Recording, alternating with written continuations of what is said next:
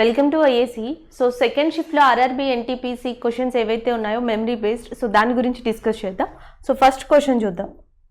First question వచ్చేటప్పటికి which is not a schedule language. So ఇచ్చిన వాటిలో ఏది షెడ్యూల్ ఆర్ అఫీషియల్ లాంగ్వేజ్ కాదు అని అడుగుతున్నారు. ఆల్రెడీ మనం అఫీషియల్ లాంగ్వేజెస్ గురించి డిస్కస్ చేసాం. సో టోటల్గా ఇప్పటికీ మనకి ఇండియాలో ఎన్ని అఫీషియల్ లాంగ్వేజెస్ ఉన్నాయి అంటే రికగ్నైజ్ చేసి అంటే 22 ఉన్నాయి. సో మన ఇండియన్ అఫీషియల్ లాంగ్వేజ్ వచ్చేసి హిందీగా చెప్తాం. సో ఇక్కడ ఏంటంటే నేపాలీ, మైథిలి అండ్ డోంగ్రీ 3 ఆప్షన్స్ మాత్రమే స్టూడెంట్స్ ప్రొవైడ్ చేయగలిగారు. బట్ 4th ఆప్షన్ వాళ్ళు ఇవ్వలేకపోయారు. సో దీన్ని బట్టే మనకు ఆన్సర్ ఉంటుంది యాక్చువల్గా. ఎందుకంటే నేపాలీ కానీ, మైథిలి కానీ, డోంగ్రీ కానీ ఈ 3 కూడా మనకి ఇండియన్ అఫీషియల్ లాంగ్వేజెస్గా చెప్పొచ్చు. యాక్చువల్గా మనకి 22 అఫీషియల్ లాంగ్వేజెస్ ఏవైతే ఉన్నాయో సో వీటిలో ఇంపార్టెంట్గా మనకి మరాఠీ అంటున్నాం. సో మరాఠీ లాంగ్వేజ్ కానీ, నెక్స్ట్ వచ్చేసి మనకి కోంకణి లాంగ్వేజ్ కానీ, నెక్స్ట్ సింధ్ లాంగ్వేజ్. సో ఇవి 3 కూడా మనకి అఫీషియల్ లాంగ్వేజెస్ అని చెప్పొచ్చు. మరాఠీ, కోంకణి అండ్ సింధ్.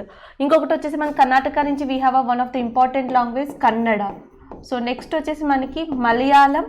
సో మలయాళం అనేది మనకి కేరళ నుంచి. సో ఇది కూడా official language. Malayalam, Kannada, Sindhi, Konkani. So next ఇంకొకటి వచ్చేసి మనకి తమిళ్గా చెప్తాం. సో నెక్స్ట్ ఇంకొకటి వచ్చేసి మనకి తెలుగు. సో మనకి తెలంగాణ కానీ, ఇంకొన్ని జమ్మూ కాశ్మీర్, కొన్ని మెయిన్ స్టేట్స్లో మనకి మాట్లాడేది ఉర్దూగా చెప్తాం. సో అట్లానే మనకి ఒడిస్సాలో ఇంపార్టెంట్ లాంగ్వేజ్గా చెప్పేది ఏది అంటే ఒడియా అంటాం ఒరిస్సాలో. సో నెక్స్ట్ వచ్చేసి మనకి వెస్ట్ బెంగాల్. సో వెస్ట్ బెంగాల్లో ముఖ్యంగా మనకి బెంగాలీ లాంగ్వేజ్ అంటాం. సో బెంగాలీ భాష మాట్లాడతాం. అండ్ యాజ్ వెల్ యాజ్ మనకి సాంతలి. సో సాంతల్ ట్రైబ్స్ ఎవరైతే ఉన్నారో వాళ్ళు ముఖ్యంగా మాట్లాడే భాష సో సాంతలి అని చెప్పొచ్చు. నెక్స్ట్ మనకి Gujarati language in Gujarat. So గుజరాత్లో మనకి గుజరాతీ లాంగ్వేజ్ ఇస్తే. సో నెక్స్ట్ మనకి పంజాబ్ రాష్ట్రంలో మనకు ఉండేది ఏది అంటే పంజాబీ లాంగ్వేజ్. సో మనకి పంజాబీ భాష అనేది మెయిన్గా పంజాబ్ స్టేట్లో ఉన్నదని చెప్పొచ్చు. సో నెక్స్ట్ ఇంకొక ఇంపార్టెంట్ వచ్చేసి మనకి మైథిలి అంటున్నాం. సో మైథిలి బీహార్, జార్ఖండ్. సో ఈ ఏరియాలో మనకి మైథిలి కానీ, సాంస్క్రిట్ కానీ, సో ఇవి ఇక్కడ ఇంపార్టెంట్ లాంగ్వేజెస్గా చెప్పొచ్చు. సో నెక్స్ట్ ఇంకొకటి వచ్చేసి మనకి జమ్మూ కాశ్మీర్ ఆ ప్రాంతంలో ఒకటి వచ్చేసి కశ్మీరీ లాంగ్వేజ్ అంటాం. అండ్ ఇంకొకటి వచ్చేసి మనకి డోంగ్రీ భాష అంటాం. సో డోంగ్రీ అండ్ కశ్మీరీ జమ్మూ కాశ్మీర్ ఆ ప్రాంతంలో మాట్లాడే భాష. సో సిక్కిము, వెస్ట్ బెంగాల్ ఈ ప్రాంతంలో కొంతమంది నేపాలీ లాంగ్వేజ్ మాట్లాడే వాళ్ళు ఉన్నారు కాబట్టి సో ఈ ప్రాంతం నుంచి నేపాలీని కూడా అఫీషియల్ లాంగ్వేజ్గా గుర్తించారు. సో నెక్స్ట్ మనం నార్త్ ఈస్ట్ ఇండియా ఈశాన్య రాష్ట్రాలకు వస్తే సో అస్సాంలో 2 లాంగ్వేజెస్ ఉన్నాయి. ఒకటి అస్సామీస్ భాష అంటాం. సో అస్సామీస్ లాంగ్వేజ్ ఒకటి. సో సెకండ్ వచ్చేసి మనకి అస్సాంలో ఎక్కువగా ఉన్న తెగ ఏది అంటే బోడో. సో బోడో మాట్లాడేది బోడో భాష. అండ్ ఇంకొకటి వచ్చేసి మనకి మణిపురి లాంగ్వేజ్. సో మణిపురి. ఇంకా లాస్ట్గా మనకి ఉన్నది హిందీ. సో టోటల్గా మనకి 22 అఫీషియల్ లాంగ్వేజెస్ ఉన్నాయి, 22 భాషలు. సో వీటిలో ఆల్రెడీ మనకి ఏదైతే మైథిలి ఉందో సో మైథిలి ఈజ్ దేర్ అక్కడ ఉంది. సో ఇది కూడా అఫీషియల్ లాంగ్వేజే. డోంగ్రీ అనేది మనకి కశ్మీర్ నుంచి. సో సిక్కిం, వెస్ట్ బెంగాల్ నుంచి నేపాలీ. ఈ 3 కరెక్టే కాబట్టి నాట్ అని అడిగారు కాబట్టి సో అక్కడ ఆప్షన్ ఏది ఇచ్చారో సో దాన్ని బట్టి ఆన్సర్ అవుతుంది. సో అట్లనే మనకి అఫీషియల్ లాంగ్వేజెస్ అనేవి ఎన్నో షెడ్యూల్లో ఉన్నాయని అడుగుతారు. మనకి 8th షెడ్యూల్. సో మనకి ఎన్నో షెడ్యూల్లో ఉన్నాయంటే 8th షెడ్యూల్లో మనకి అఫీషియల్ లాంగ్వేజెస్ ఉన్నాయని చెప్పొచ్చు. So the next one, which of the following is not a volcano. So కింద మనకి 4 ఆప్షన్స్ ఇచ్చి ఏది వాల్కెనో కాదు అని అడుగుతున్నారు. సో ఆప్షన్స్లో మనకి క్రాకటోవా అని ఇచ్చారు. And as well as Mauna Loa and as well as Barren. ఇంకొకటి వచ్చేసి మనకి హెబ్రూవా అని చెప్పేసి ఇంకొక నేమ్ ఇచ్చారు. యాక్చువల్గా మనకి బ్యారెన్ ఏదైతే ఉందో సో మనకి ఇది ఇండియాలో యాక్టివేటెడ్ వాల్కెనో. సో భారతదేశంలో క్రియాశీల అగ్నిపర్వతంగా ఇండియాలో యాక్టివేటెడ్ వాల్కెనోగా దేన్ని చెప్తామంటే మనం బ్యారెన్ని చెప్తాం. అండ్ దట్టు ఇది ఎక్కడ ఉంది అంటే అండమాన్ అండ్ నికోబార్. సో అండమాన్ ఏరియాలో మనకి బ్యారెన్ ఉందని చెప్పొచ్చు. సో అట్లా మనకి ఇండోనేషియా. సో ఇండోనేషియా ఆ ప్రాంతంలో ఉన్న మెయిన్ వాల్కెనో ఏది అంటే మనం క్రాకటోవాగా చెప్తాం. సో నెక్స్ట్ వచ్చేసి ఈ మౌనలోవా ఏదైతే ఉందో సో ఇది మనకి one of the largest volcano. ఉన్న అగ్నిపర్వతాల్లో ఒకనొక అతిపెద్ద అగ్నిపర్వతం ఏది అంటే సో లార్జెస్ట్ వాల్కెనో మౌనలోవా అని చెప్తాం. సో అయితే ఈ 3 అగ్నిపర్వతాల్లో ఏది కాదు అన్నారు. It's a different word. So ఇది ఆన్సర్ అవుతుంది. ఏదైతే మనకు ఒక డిఫరెంట్ వర్డ్ని ఫ్రేమ్ చేశారో సో ఇది ఆన్సర్ అవుతుంది.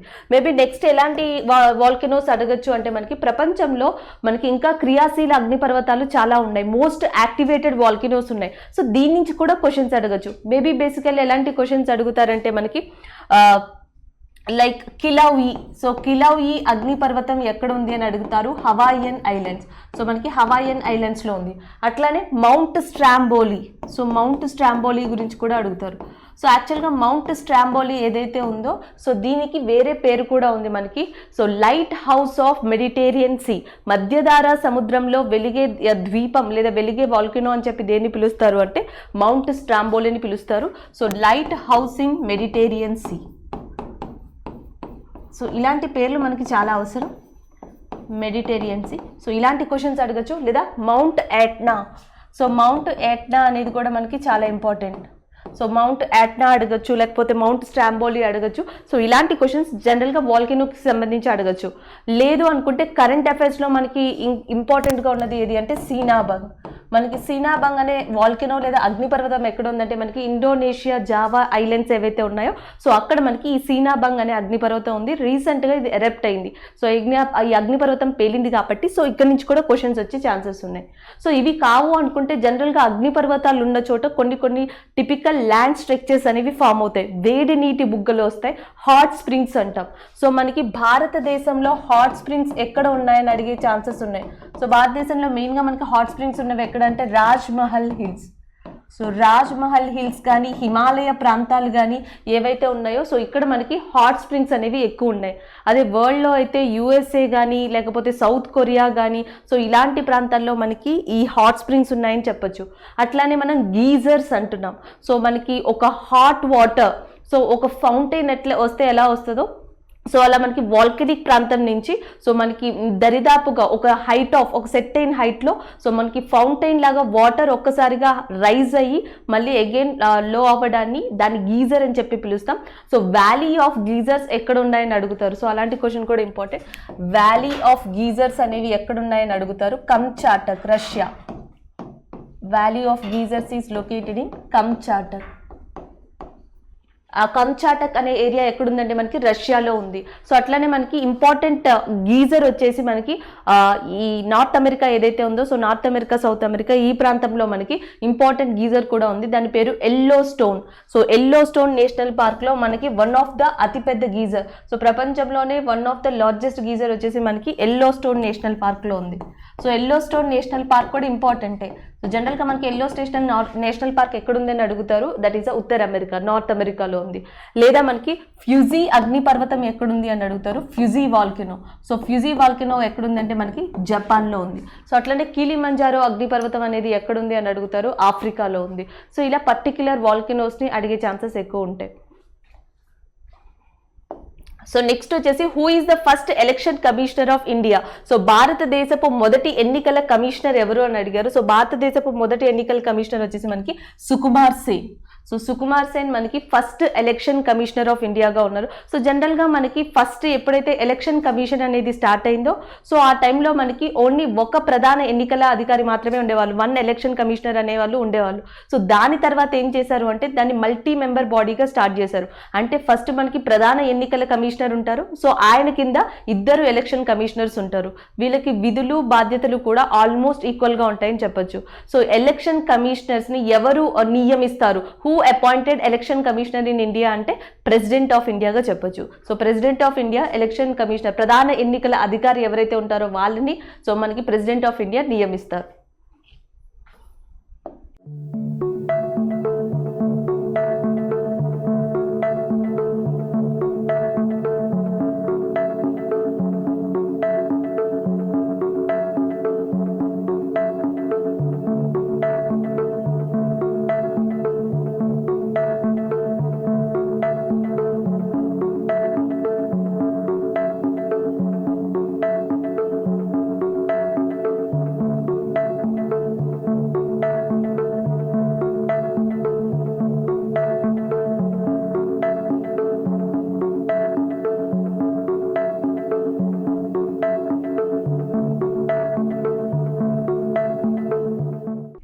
Next one grassland related question. So మనకి ఆప్షన్స్ ఏమి ఇచ్చారో తెలియదు కాబట్టి అక్కడ డిపెండ్స్ ఆన్ ఆప్షన్స్ మనకి ఏ ప్రాంతం నుంచి ఏ గడ్డి భూమి అని అడుగుండొచ్చు. సో జనరల్గా మనకి నార్త్ అమెరికా చూసుకుంటే, సో నార్త్ అమెరికాలో మనకి ఇంపార్టెంట్ గ్రాస్ ల్యాండ్స్గా ఏమున్నాయంటే ఒకటి వచ్చేసి మనకి ప్రైయరీస్ అంటున్నాం.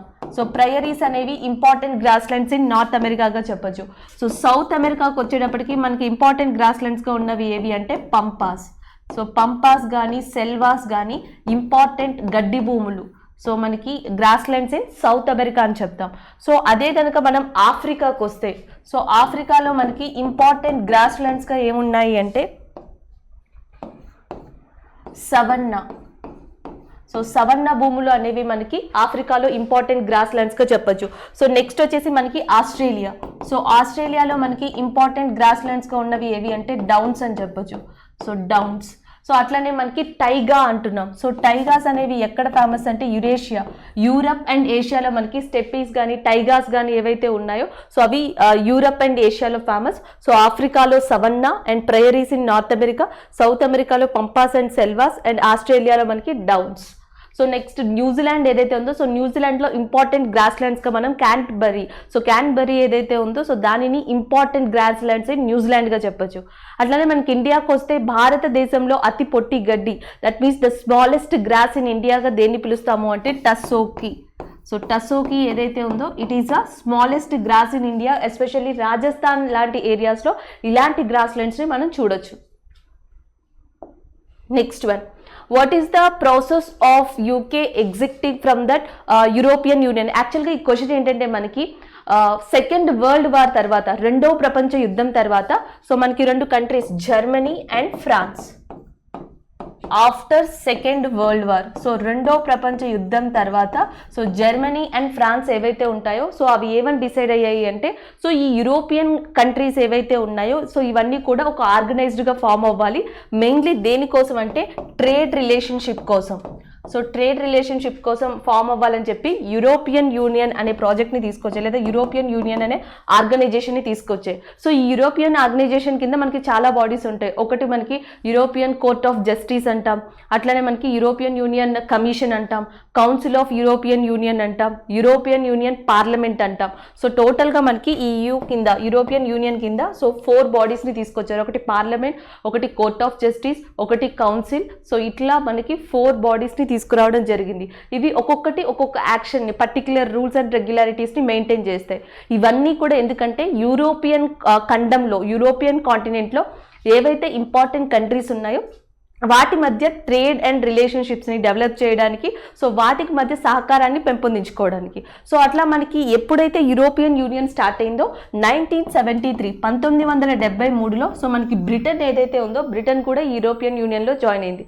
సో తర్వాత ఏదైతే ట్రేడ్కి సంబంధించిన ఇష్యూస్ అనేవి రైజ్ అయ్యాయో సో ఆల్మోస్ట్ అవి 5 to 6 ఇయర్స్ యూరోపియన్ కంట్రీస్ ఏవైతే ఉన్నాయో కొన్ని కంట్రీస్ వాటికి అండ్ బ్రిటన్కి మధ్య ఇష్యూస్, యాక్చువల్గా మనకి ఏవైతే ఇష్యూస్ స్టార్ట్ అయ్యాయో అవి సివియారిటీకి వెళ్ళడం జరిగింది.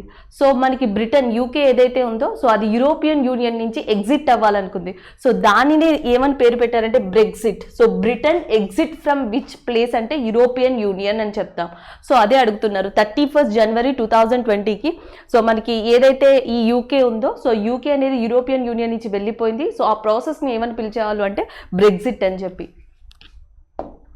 Next one, who published all Hilal news paper. All బాగా కానీ ఆల్ హిలాల్ కానీ ఈ న్యూస్ పేపర్స్ని సో పబ్లిష్ చేసిన పర్సన్ ఎవరు అంటే మౌలానా అబుల్ కలాం ఆజాద్. సో మనం ఆల్రెడీ చాలా న్యూస్ పేపర్స్ని డిస్కస్ చేసాం. ఒకటి వచ్చేసి kesari news paper. So kesari news పేపర్ని ఇచ్చింది ఎవరు అంటే మనకి తిలక్ ఇచ్చారు. సో అట్లానే మనకి new India. So new India అనే న్యూస్ పేపర్ని పబ్లిష్ చేసింది ఎవరు అంటే మనకి అనిబీసెంట్గా చెప్తాం. సో ఇట్లా ఇంపార్టెంట్ న్యూస్ పేపర్స్ ఏవైతే ఉన్నాయో వాటి గురించి ఆల్రెడీ మనం ఒక లిస్ట్ని ప్రిపేర్ చేసి డిస్కస్ చేసాం. సో ఎవరైతే మిస్ అయ్యారో ప్రీవియస్ వీడియోస్లో ఒక లిస్ట్ ఇవ్వడం జరిగింది. Whatever that newspapers are ఆ పర్టిక్యులర్ పర్సన్స్ ఎవరు, Hindu newspaper, Goftar newspaper, so Punjabi paper, Kesari paper, Marathi paper. So ఇవన్నీ కూడా పర్టికులర్ ఏ పర్సన్స్ ఇచ్చారు అనే దాని మీద మనం లిస్ట్ ప్రిపేర్ చేయడం జరిగింది. ఒక్కసారి దాన్ని మళ్ళీ రివైజ్ చేయండి. Next one, what is the symbol of lead. So lead యొక్క సింబల్ ఏంటి అని అడుగుతున్నారు PV. సో అట్లనే మనకి కొన్ని సింబల్స్ అనేవి చాలా ఇంపార్టెంట్. జనరల్గా మనకి హైడ్రోజన్ కానీ హీలియం కానీ సో ఇలాంటివి ఈజీగా ఉంటాయి. ఫర్ ఎగ్జాంపుల్ పొటాషియం అంటున్నాం, సో పొటాషియం యొక్క సింబల్ వచ్చేసి కే అవుతుంది. అట్లనే మనం మెర్క్యూరీ అంటున్నాం, సో పాదరసం, సో పాదరసం యొక్క సింబల్ వచ్చేసి మనకి హెచ్జి అవుతుంది. సో ఇలాంటి క్వశ్చన్స్ కూడా అడిగే ఛాన్సెస్ ఉంటాయి. సో పాదరసం యొక్క సింబల్ ఏంటి? సో అట్లనే మనకి లెడ్ ఏదైతే ఉందో సీసం యొక్క సింబల్ వచ్చేసి మనకి పీబీగా గుర్తిస్తారు. Next one, which is the following spacious in the red data book? So జనరల్గా ఆల్రెడీ మనం ఒకసారి డిస్కస్ చేసాం. మనకి ఈ యునెస్కో బయోస్పియర్స్ ఏవైతే ఉన్నాయో సో అవి మ్యాప్ ప్రాజెక్ట్ ద్వారా గుర్తిస్తారు. సో అట్లనే మనకి ఏవైతే డేంజరస్ సిచ్యువేషన్లో ఉన్నాయో యానిమల్స్ కానీ ప్లాంట్స్ కానీ ట్రీస్ కానీ వీటన్నిటి యొక్క డేటాని క్రియేట్ చేసి ఆ డేటాని సేకరించి వాటిని రెడ్ డేటా బుక్ అనే ఫామ్లో పబ్లిష్ చేస్తారు. అట్లా రెడ్ డేటా బుక్ని పబ్లిష్ చేసే పర్సన్ ఎవరంటే IUCN, so international union for conservation of nature. International union for conservation of nature every year ఇది రెడ్ డేటా బుక్ ని పబ్లిష్ చేస్తుంది. దీంట్లో మెయిన్ గా మనకి ఏ కాలమ్స్ ఉంటాయంటే ఎక్స్టింక్ట్ అంటే అంతరించిపోయేవి, సో అంతరించిపోయినవి, ఎండేంజర్డ్ సో అంటే అంతరించిపోబోయేవి, వల్నరబిలిటీ, సో ఇట్లా మనకి కాలమ్స్ ఇవ్వడం జరుగుతుంది. ప్రతి కాలంలో ఏ యానిమల్ ఏ పొజిషన్ లో ఉంది, ఏ ట్రీ ఏ పొజిషన్ లో ఉంది అని ఇవ్వడం జరుగుతుంది. ఇది రెడ్ డేటా బుక్ గురించి. ఆల్రెడీ మనకి రెడ్ డేటా బుక్లో చాలా యానిమల్స్ ఉన్నాయి. సో అక్కడ క్వశ్చన్ని బట్టి which of the following spacious in the red data book అని అడుగుండొచ్చు. దాంట్లో 4 ఆప్షన్స్ని బట్టి మీరు ఆన్సర్ పిక్ చేసుకోవాల్సి ఉంటుంది. స్టూడెంట్ ఇచ్చిన ఇన్ఫర్మేషన్ ప్రకారం ఇక్కడ ఆన్సర్ వచ్చేసి the great Indian bustard. So మనకి ద గ్రేట్ ఇండియన్ బస్టర్డ్ ఏదైతే ఉందో ఆల్రెడీ అది మనకి రెడ్ డేటా బుక్లో చేర్చబడింది. సో దాంతోపాటు మనకి Himalayan brown bear, so Himalayan brown bear ఏదైతే ఉందో సో అది కూడా మనకి రెడ్ డేటా బుక్లో ఉంది. సో అట్లానే మనకి ఎల్వర్ ర్యాట్ కానీ సో లేకపోతే కొండనా ర్యాట్ కానీ లేకపోతే మల్బార్ సివియేట్. సో ఆల్రెడీ నేను మీకు మల్బార్ సివియేట్ గురించి డిస్కస్ చేశాను, పునుగు పిల్లి అని చెప్పేసి. కొండనా ర్యాట్ కూడా మనకి ఎక్కడ ఫేమస్ అంటే మహారాష్ట్రలో. ఇది ఆల్రెడీ అంతరించిపోవడానికి రెడీగా ఉంది. చాలా తక్కువ నెంబర్ ఆఫ్ స్పీషియస్ అనేవి మనకి కొండనా ర్యాట్ మహారాష్ట్రలో ఉన్నాయి. అట్లనే మనకి ఎల్వెరా ర్యాట్ అనేవి తమిళనాడు ఏరియాలో ఉన్నాయి. సో నెక్స్ట్ మల్బార్ సివియేట్ అనేది ఆల్మోస్ట్ సౌత్ ఇండియాలో చాలా ప్రాంతాల్లో ఇది విస్తరించింది, బట్ చాలా తక్కువ పాపులేషన్తో ఉంది. సో ఇవన్నీ కూడా as well as red panda, so red panda కానీ సో లేకపోతే మనకి సీ కౌ కానీ సో ఇవన్నీ కూడా మనకి ఎందులో ఉన్నాయి అంటే మనకి రెడ్ డేటా బుక్లో ఉన్నాయి. అవి కూడా extinct, endangered, vulnerable, critically endangered so ఇలాంటి లిస్ట్లో జాయిన్ చేయడం జరిగింది. సో ఇది మనకి నార్మల్గా రెడ్ డేటా బుక్ గురించి చెప్పుకునేది. Next one, which is the busiest seaport in Europe? So యూరప్లో అతి రద్దీగా ఉండే సముద్ర ఓడరేవు ఏదైనా అడుగుతున్నారు. సో మనకి port of Rotterdam, so మనకి రోటర్ డ్యామ్ ఏదైతే ఉందో సో అది యూరప్లో బిజియెస్ట్ పోర్టుగా చెప్పొచ్చు. అట్లానే మనకి ఇండియాలో బిజియెస్ట్ పోర్టులుగా వేటిని చెప్పొచ్చు అంటే చాలా బిజీగా రద్దీగా ఉండే నౌకాశ్రయాలు ఏవి అంటే ఒకటి వచ్చేసి మనకి ముంబై. సో ముంబై నౌకాశ్రయం ఏదైతే ఉందో one of the busiest port in India Mumbai. So అది కూడా మనకి ఎక్కడికి వస్తుంది అంటే వెస్ట్రన్ కోస్టల్ ఏరియాకి వస్తుంది. అదే ఈస్టర్న్ కోస్టల్ ఏరియా చూసుకుంటే చెన్నై. సో చెన్నై పోర్ట్ ఏదైతే ఉందో భారతదేశంలో 2వ అతి రద్దీ అయిన నౌకాశ్రయం ఏది అంటే మనం చెన్నైగా చెప్పొచ్చు. So next one, which river flows through London? So ఈ లండన్ గుండా అంటే లండన్ సిటీ గుండా ఏ నది ప్రవహిస్తుంది అని అడిగారు. సో మనకి థేమ్స్ అనే రివర్ ఏదైతే ఉందో సో రివర్ థేమ్స్ అనేది మనకి లండన్ సిటీ గుండా ట్రావెల్ చేస్తుంది. సో జనరల్గా మనం ఇండియాలో నేర్చుకున్నాం, ఇండియాలో ఏ సిటీ గుండా ఏ రివర్ అని చెప్పేసి. ఫర్ ఎగ్జాంపుల్ మనకి అయోధ్య ఉంది అనుకుందాం.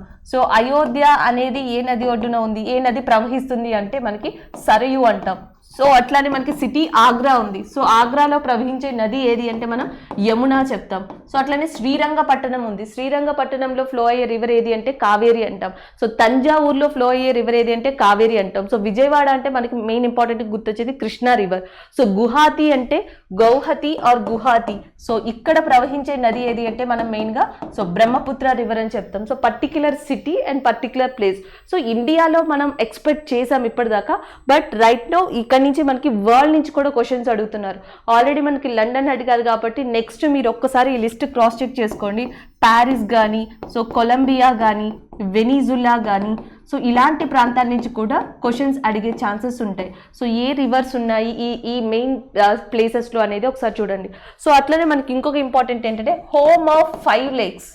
సో హోమ్ ఆఫ్ 5 lakes అనేది ఎక్కడ ఉంది అని అడుగుతారు. సో మనకి హోమ్ ఆఫ్ 5 lakes అనేది నార్త్ అమెరికా. సో నార్త్ అమెరికాకి కెనడాకి మధ్యలో మనకి ఈ హోమ్ ఆఫ్ 5 lakes అనేవి ఉన్నాయి. సో అక్కడే ఇంకొక ఇంపార్టెంట్ వాటర్ ఫాల్స్ కూడా ఉంది, అది నయాగారా జలపాతం.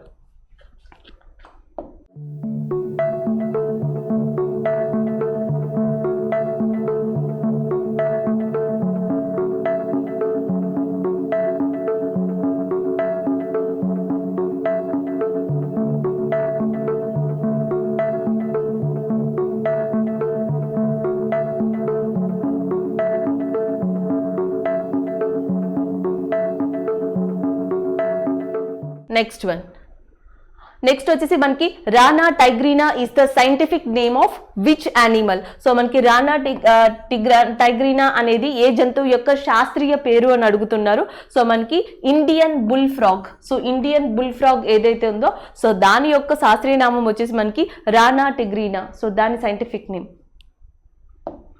Next one, who is the founder of Indian national Congress. So already ఇది మనకి phase 1లో అడిగిన క్వశ్చన్. 1885లో 1885లో ఇండియన్ నేషనల్ కాంగ్రెస్ ని స్థాపించిన వ్యక్తి ఎవరు అంటే ఏవో హ్యూమ్. కానీ 1885లో ఇండియన్ నేషనల్ కాంగ్రెస్ కి మొట్టమొదటిసారి అధ్యక్షత వహించిన పర్సన్ ఎవరు అంటే మనకి విమేష్ చంద్ర బెనర్జీ చెప్పొచ్చు. అదే మొట్టమొదటి మహిళ ఎవరు అధ్యక్షత వహించారు అంటే అనిబీస్ అని చెప్పొచ్చు. లేదా గాంధీ ఎప్పుడు ఐఎన్సీకి అధ్యక్షత వహించారు అంటే 1924 అని చెప్పొచ్చు.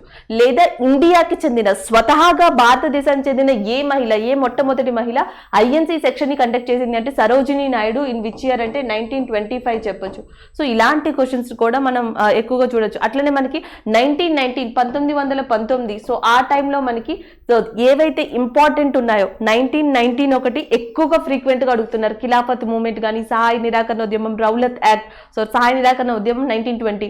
సో ఈ జోనర్ లో అడుగుతున్నారు. లేదా డైరెక్ట్ క్వశ్చన్ వచ్చేసి మనకి ఐఎన్సీ సెక్షన్ నుంచే వస్తున్నాయి.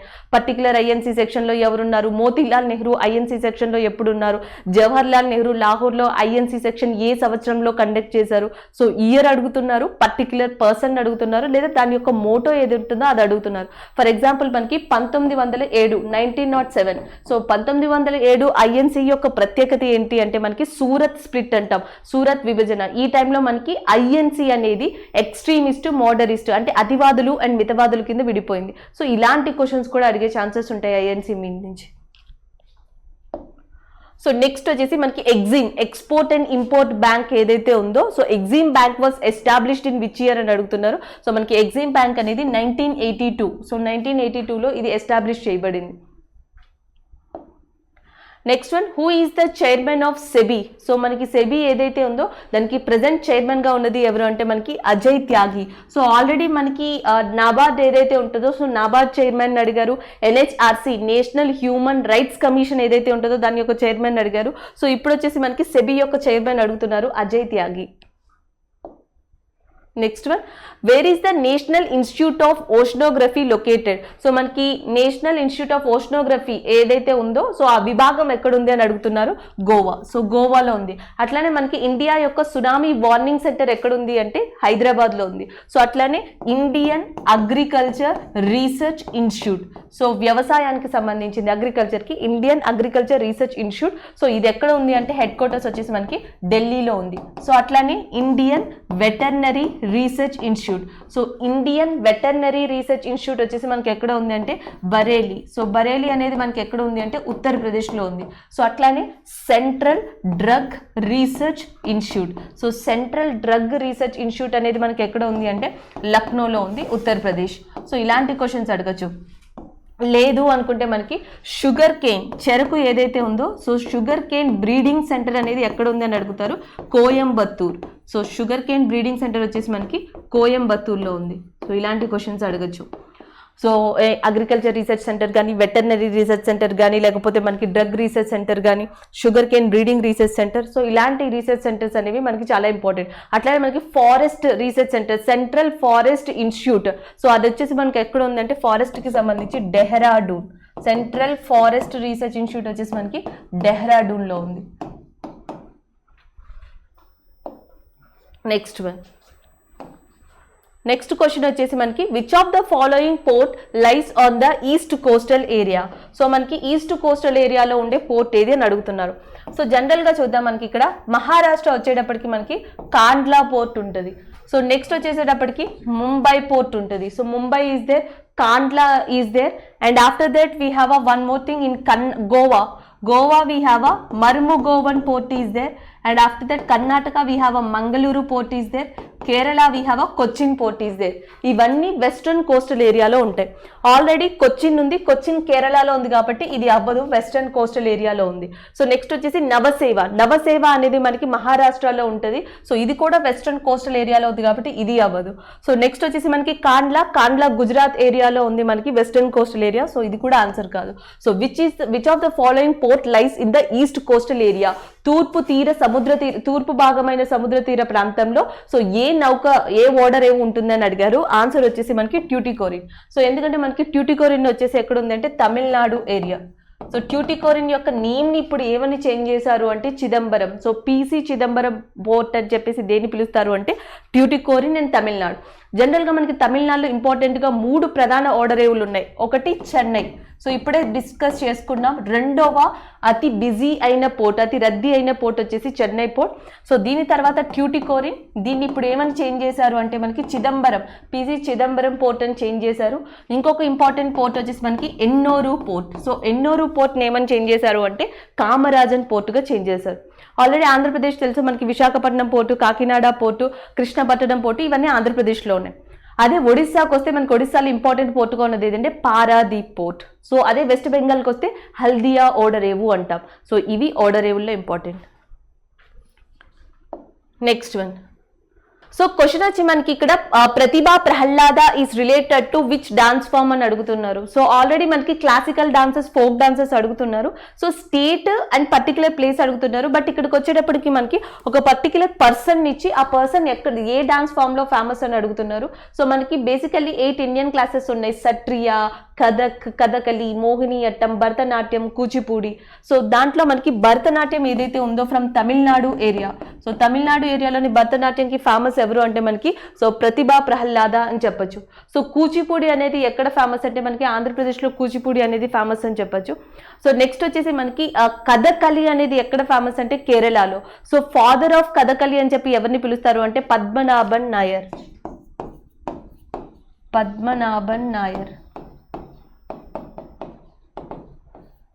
సో కొంతమంది ఫేమస్ పర్సన్స్ పేర్లు చూస్తూ ఉండండి. భరతనాట్యంలో వచ్చేసి మళ్ళీ మనకి Rukmini Devi Arundale and as well as Yamini Krishnamurthy కానీ, రుక్మిణీదేవి అరుందలే కానీ, ప్రతిభా ప్రహ్లాద కానీ వీళ్ళందరూ కూడా భరతనాట్యంలో ఫేమస్ అని చెప్పొచ్చు. అట్లనే మనకి ఇంకొక పర్సన్ కూడా ఉన్నారు, Mallika Sarabhai. So Vikram Sarabhai daughter Mallika Sarabhai is also one of the famous classical dancer. So దేంట్లో ఆవిడకి ప్రావీణ్యం ఉంది అంటే మనకి భరతనాట్యం అనగా చెప్పొచ్చు. Next one, which of the following is not a Gandhi return news paper. So అక్కడ ఇచ్చిన ఆప్షన్స్ని బట్టి ఆన్సర్ ఉంటుంది. యాక్చువల్గా మనకి గాంధీ ఆఫ్రికాలో పబ్లిష్ చేసిన న్యూస్ పేపర్ వచ్చేసి మనకి Indian opinion. So Indian opinion అనే న్యూస్ పేపర్ని గాంధీ రాశారు. సో అట్లనే గాంధీ రచించిన ఇంకొక జర్నల్స్ ఉన్నాయి మనకి. సో యంగ్ ఇండియా జర్నల్ కానీ, లేకపోతే హరిజన్ కానీ. సో ఇవన్నీ కూడా గాంధీ రాసిన జర్నల్స్ అండ్ న్యూస్ పేపర్స్ అని చెప్పొచ్చు. సో అక్కడ ఇచ్చిన ఆప్షన్స్ని బట్టి ఏది కరెక్ట్ అండ్ ఏది రాంగ్ అనేది డిసైడ్ అవ్వాలి. సో మనకి ఆప్షన్ స్టూడెంట్ ప్రొవైడ్ చేయలేకపోయారు కాబట్టి క్వశ్చన్ వచ్చేసి గాంధీ ఈ క్రింది వాటిలో ఏ న్యూస్ పేపర్ని పబ్లిష్ చేయలేదు లేదా రాయలేదు. సో మనకి గాంధీకి ఇంపార్టెంట్ అయిన న్యూస్ పేపర్స్ కానీ జర్నల్స్ కానీ తెలిస్తే ఈ క్వశ్చన్కి ఈజీగా ఆన్సర్ పెట్టచ్చు. Next one, which revolutionary newspaper was not published in abroad? So it is also depends on options. ఇది కూడా ఆప్షన్స్ని బట్టి ఉంటుంది. జనరల్గా మనకి lot of revolutionary newspapers are there. So Rast Goftar కానీ, సో ఇలాంటి ఇంపార్టెంట్ రివల్యూషనరీ న్యూస్ పేపర్స్ ఉన్నాయి. బట్ అక్కడ ఇచ్చిన ఆప్షన్ని బట్టి సో మనం కరెక్ట్ ఆన్సర్ని పిక్ చేసుకోవాల్సి ఉంటుంది. బట్ ఇక్కడ కాన్సెప్ట్ అయితే ఏంటి అంటే మనకి సో ఏ రివల్యూషనరీ న్యూస్ పేపర్ అనేది మనకి అబ్రాడ్లో పబ్లిష్ అవ్వలేదు, ప్రచురించబడలేదు అని అడుగుతున్నారు. సో దట్టు కూడా మనకి ఎప్పుడంటే మోడర్న్ ఇండియా, మనకి వెర్నాక్యులర్ ప్రెస్ యాక్ట్ ఎప్పుడు వచ్చిందో, సో వెర్నాక్యులర్ ప్రెస్ యాక్ట్ నుంచి, వ్యవహారిక అధికారిక భాష వాడుక అంటాం. సో దాని తర్వాత ఏవైతే న్యూస్ పేపర్స్ పబ్లిష్ అయ్యాయో ఎగ్జాక్ట్లీ ఆ న్యూస్ పేపర్స్ని ఎవరైతే ఫ్రీడమ్ ఫైటర్స్ ఫార్మర్స్ ఉన్నారో సో వాళ్ళని కాంబినేషన్గా ఈ క్వశ్చన్స్ అడగడం జరుగుతుంది. Next one. సో ఇక్కడ క్వశ్చన్ వచ్చేసి మనకి క్రింది వాటిలో ఏది సిస్టమ్ సాఫ్ట్వేర్ కాదు అని అడిగారు. సో ఆప్షన్స్ వచ్చేసి ఒకటి Windows, DOS, Linux and MS Office ఇచ్చారు. సో మనకి సిస్టమ్ సాఫ్ట్వేర్ కానిది ఏది అంటే MS Office. So MS Office ఏదైతే ఉందో అది సిస్టమ్ యొక్క సాఫ్ట్వేర్ కాదు. So next one. సో మనకి మైక్రోసాఫ్ట్ 2019 ఏదైతే ఉందో సో దాంట్లో ఏ అప్లికేషన్ లేదు, ఏది అందుబాటులో లేదు, ఇచ్చిన 4 ఆప్షన్స్లో అని అడుగుతున్నారు. ఒకటి వచ్చేసి ఎక్సెల్, ఇంకొకటి వచ్చి వన్ నోట్ అండ్ ఇంకొకటి వచ్చి వర్డ్ అండ్ ఇంకొకటి వచ్చి Keynote. So Keynote ఏదైతే ఉందో it is not available in Microsoft 2019. Next one.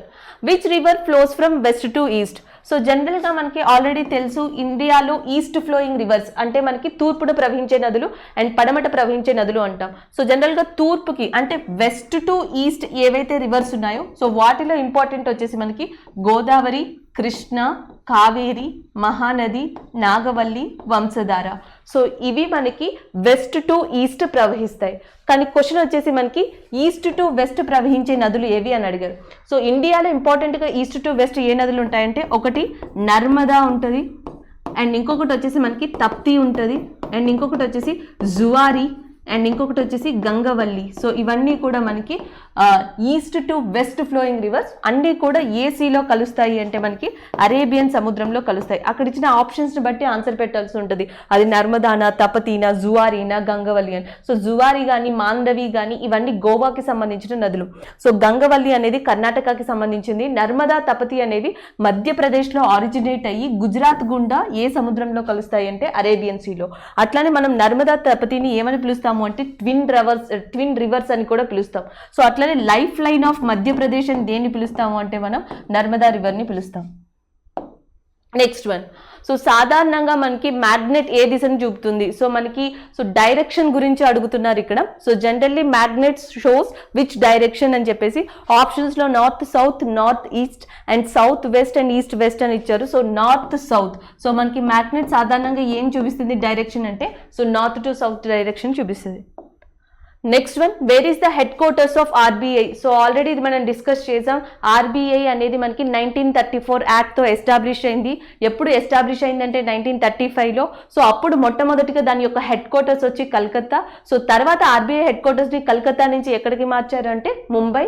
So next ఆర్బీఐకి సంబంధించిన ఇంపార్టెంట్ థింగ్ వచ్చేసి మనకి ఆర్బీఐ గవర్నర్ శక్తికాంత్ దాస్. ఎంతమంది డిప్యూటీ గవర్నర్స్ ఉంటారు అంటే 4 డిప్యూటీ గవర్నర్స్ ఉంటారు. So CRR cash reserve ratio, SLR statutory liquid ratio. So వీటి గురించి మనం ఆల్రెడీ డిస్కస్ చేసాం. Next one. Right to property. So already phase 1లో వచ్చింది, అగైన్ ఫేజ్ 2లో కూడా రిపీట్ అయింది. సో రైట్ టు ప్రాపర్టీ అనేది మనకి ఆర్టికల్ 31లో ఉండేది ఫండమెంటల్ రైట్స్లో. సో దాన్ని రిమూవ్ చేసి ఏ ఆర్టికల్లో పెట్టారు అంటే 300A పెట్టారు right to property. So right to ప్రాపర్టీకి సంబంధించిన ఇంపార్టెంట్ కేసు ఏది ఇండియాలో అంటే Kesavananda Bharati case. So Kesavananda Bharati versus State of Kerala అని చెప్పొచ్చు. Next one. DRDO launched which satellite in 2020. యాక్చువల్గా ఈరోజు అన్ని మనకి మిసైల్స్ అండ్ శాటిలైట్స్ గురించి అడిగారు. ఆల్రెడీ మనకి మిసైల్ శక్తి ఏదైతే ఉంటుందో మిషన్ శక్తి, సో దాని గురించి అడిగారు. సో మిషన్ శక్తి దేనికి సంబంధించింది అని చెప్పి సో అది మనకి యాంటీ శాటిలైట్ టెస్టెడ్ మిషన్కి సంబంధించింది, అది ATS కేటగిరీ. సో దానిని 2019 రిపబ్లిక్ డే ప్యారడే ఏదైతే ఉంటుందో సో దాంట్లో దీనిని కూడా ప్రదర్శించడం జరిగింది మిషన్ శక్తిని. సో నెక్స్ట్ మనకి నిర్భయ క్రూజ్ మిసైల్ ఏదైతే ఉందో నిర్భయ గురించి అడిగారు. సో ఇక్కడికి వచ్చేటప్పటికి 2020లో DRDO లాంచ్ చేసిన శాటిలైట్ అడుగుతున్నారు. సో మనకి ఇమీసాట్. సో ఇమీసాట్ ఏదైతే ఉందో డిఫెన్స్కి సంబంధించింది. సో అది మనకి DRDO 2020లో లాంచ్ చేయడం జరిగింది. Next one. Who own the purple cap in IPL 2020. ఇది ఆల్రెడీ మనం డిస్కస్ చేసుకున్నాం, ఎందుకంటే ఆల్రెడీ మనం IPL సంబంధించిన క్వశ్చన్స్ ఏవైతే ఉంటాయో సో వాటిని డిస్కస్ చేసుకున్నప్పుడు సో రబడా ఎవరైతే ఉన్నారో ఈయన గురించి కూడా డిస్కస్ చేసాం. సో 2020లో మనకి పర్పుల్ క్యాప్ వచ్చింది ఎవరికి అంటే రబడాకి. So next one. Who is the author of Mudra Rakshasa. So Mudra రాక్షసాన్ని రచించిన పర్సన్ ఎవరు? ఇది కూడా మనం ప్రీవియస్ దాంట్లో డిస్కస్ చేసుకున్నదే విశాఖ దత్త. అట్లానే మనకి ఇండికా అనే గ్రంథాన్ని రచించింది ఎవరు అంటే మెగస్థెనీస్ అని చెప్తాం. సో అట్లానే మనకి ఆ నాట్య శాస్త్ర, సో నాట్య శాస్త్రాన్ని రాసింది ఎవరు అని అడుగుతారు, భరత. సో అట్లానే మనకి రఘువంశం కానీ అభిజ్ఞాన శాకుంతలం, సో అభిజ్ఞాన శాకుంతలం, అభిజ్ఞాన శాకుంతలం అండ్ రఘువంశం ఈ రెండింటిని రాసింది ఎవరు అంటే మనకి కాళిదాసు. సో అట్లనే ఆర్యభట్టీయం అనే దాన్ని రాసింది ఆర్యభట్ట. పంచతంత్ర కథలు రాసింది విష్ణు శర్మ. సో ఇలాంటి క్వశ్చన్స్ కూడా మీరు గుర్తుపెట్టుకోండి, ఎందుకంటే మేబీ మళ్ళీ ఏన్షియంట్ ఇండియన్ బుక్స్ రిపీట్ కావచ్చు కాబట్టి సో ఇవి మనకి చాలా అవసరం. Next one, what is the full form of SAARC? So South Asian Association for Regional Cooperation 1985 లో ఎస్టాబ్లిష్ అయింది. సో మనకి 1985 లో ఈ south Asian association for regional cooperation అనేది స్టార్ట్ అయింది. సో దీని యొక్క హెడ్ క్వార్టర్స్ వచ్చేసి మనకి ఎక్కడ ఉందంటే కాఠ్మాండు, నేపాల్లో ఉంది. సో దీని యొక్క హెడ్ క్వార్టర్స్ మనకి నేపాల్లోని కాఠ్మాండు ఏరియాలో ఉంది. సో సార్క్ లో టోటల్ గా ఎంతమంది మెంబర్స్ ఉన్నారు ఇప్పుడు ప్రెసెంట్ అంటే 8 మెంబర్స్ ఉన్నారు. ఒకళ్ళు వచ్చేసి మనకి ఆఫ్ఘనిస్తాన్ కంట్రీ, ఇంకొకటి వచ్చేసి పాకిస్తాన్, అండ్ ఇంకొకటి వచ్చేసి India, next Nepal, and next వచ్చేసి భూటాన్, బంగ్లాదేశ్, శ్రీలంక, మాల్దీవ్స్. సో టోటల్ గా మనకి ఏవైతే 8 కంట్రీస్ ఉన్నాయో సో ఈ 8 కంట్రీస్ కూడా సార్క్ లో మెంబర్స్ అని చెప్పొచ్చు. Next one, where is the Buland Darwaza located? So Buland Darwaza is located in Fatehpur Sikri. So మనకి ఫతేపూర్ సిక్రీలో 6 డిఫరెంట్ టైప్స్ మాన్యుమెంట్స్ చూడొచ్చు. జోధాబాయ్ ప్యాలెస్ చూడొచ్చు, దివానీ ఈ కాజ్ అనేది చూడొచ్చు, పంచ్ మహల్ ఏదైతే ఉందో దాన్ని చూడొచ్చు, అండ్ యాజ్ వెల్ యాజ్ జమా మస్జిద్ ఏదైతే ఉందో దాన్ని చూడొచ్చు, అండ్ షేక్ సలీం చిస్టీ సమాధి అక్కడ చూడొచ్చు. ఇవి 5 అండ్ యాజ్ వెల్ యాజ్ మనకి బులందా దర్వాజా. టోటల్గా మనం 6 కైండ్ ఆఫ్ మాన్యుమెంట్స్ని ఎక్కడ చూడొచ్చు ఒకేసారి అంటే ఫతేపూర్ సిక్రీలో చూడొచ్చు. సో ఫతేపూర్ సిక్రీని కట్టించిన పర్సన్ ఎవరు అంటే మనకి Akbar. Next one, who found ATM machine? So ATM మిషన్ని స్థాపించిన పర్సన్ ఎవరు అని అడుగుతున్నారు. సో మనకి John Shepherd Barrett. So John Shepherd Barrett ఎవరైతే ఉన్నారో సో ఆయన ఏటీఎం మిషన్ని స్థాపించడం జరిగింది. So the next one, who was the second female prime minister of the UK? So యూకేకి మనకి 2వ మహిళా ప్రధానమంత్రి ఎవరు అని అడుగుతున్నారు. సో మనకి Theresa May. So Theresa May ఎవరైతే ఉన్నారో సో ఆమె యూకేకి 2వ మహిళా ప్రధానమంత్రిగా వర్క్ చేశారు. సో ఇంకొకటి వచ్చేసి మనకి Germany. So Germany vice chancellor కూడా ఆమె పేరు కూడా గుర్తుపెట్టుకోవాలి, Angela Merkel. So Angela Merkel ఏ కంట్రీకి వైస్ ఛాన్సలర్ అంటే జర్మనీకి. So the next one, where was the earth summit held? So మనకి అర్త్ సమిట్ అనేది ఎక్కడ జరిగింది అని అడుగుతున్నారు, రియోలో. So Rio is located in Brazil. So మొట్టమొదటిసారిగా మనకి 1992 సో 1992లో ఈ రియో సమిట్ అనేది జరిగింది. సో లాస్ట్ టైం డైరెక్ట్గా మనకి రియో సమిట్ ఎక్కడ జరిగిందంటే అర్త్ సమిట్ ఎక్కడ జరిగిందంటే 2012. సో 2012లో తిరిగి రియోలోనే లాస్ట్ సమిట్ జరిగింది. సో అప్పటి నుంచి మళ్ళీ అగైన్ డైరెక్ట్గా ఈ అర్త్ సమిట్ అనేది జరగలేదు. Who design the Indian national flag? So భారతీయ జాతీయ జెండాను రూపొందించింది ఎవరు అని అడుగుతున్నారు. సో పింగళి వెంకయ్య. సో పింగళి వెంకయ్య జాతీయ జెండాని రూపొందించారు. సో మనకి రైట్ టు ఫ్రీడమ్లో 19 Clause 1లో మనకి so right to flag hosting. So భారతదేశ పౌరులుగా ఎవరైనా సరే జాతీయ జెండాని ఆవిష్కరించవచ్చు అని సో 19 Clause 1 అనే ఆర్టికల్లో ఉంది. సో జాతీయ జెండా యొక్క రేషియో ఎంత ఉండాలంటే మనకి 3:2 రేషియోలో ఉండాలి. సో నెక్స్ట్ వచ్చేసి మనకి which scheme was started in 2006? So 2006లో ఏ పథకం స్థాపించబడింది? సో జనరల్గా మనకి 2005లో 2005లో సో రూరల్ ఏరియాలో పీపుల్కి లైవ్లీహుడ్ వర్క్ అందించడం కోసం నేషనల్ రూరల్ ఎంప్లాయ్మెంట్ గ్యారంటీ యాక్ట్ని స్థాపించారు.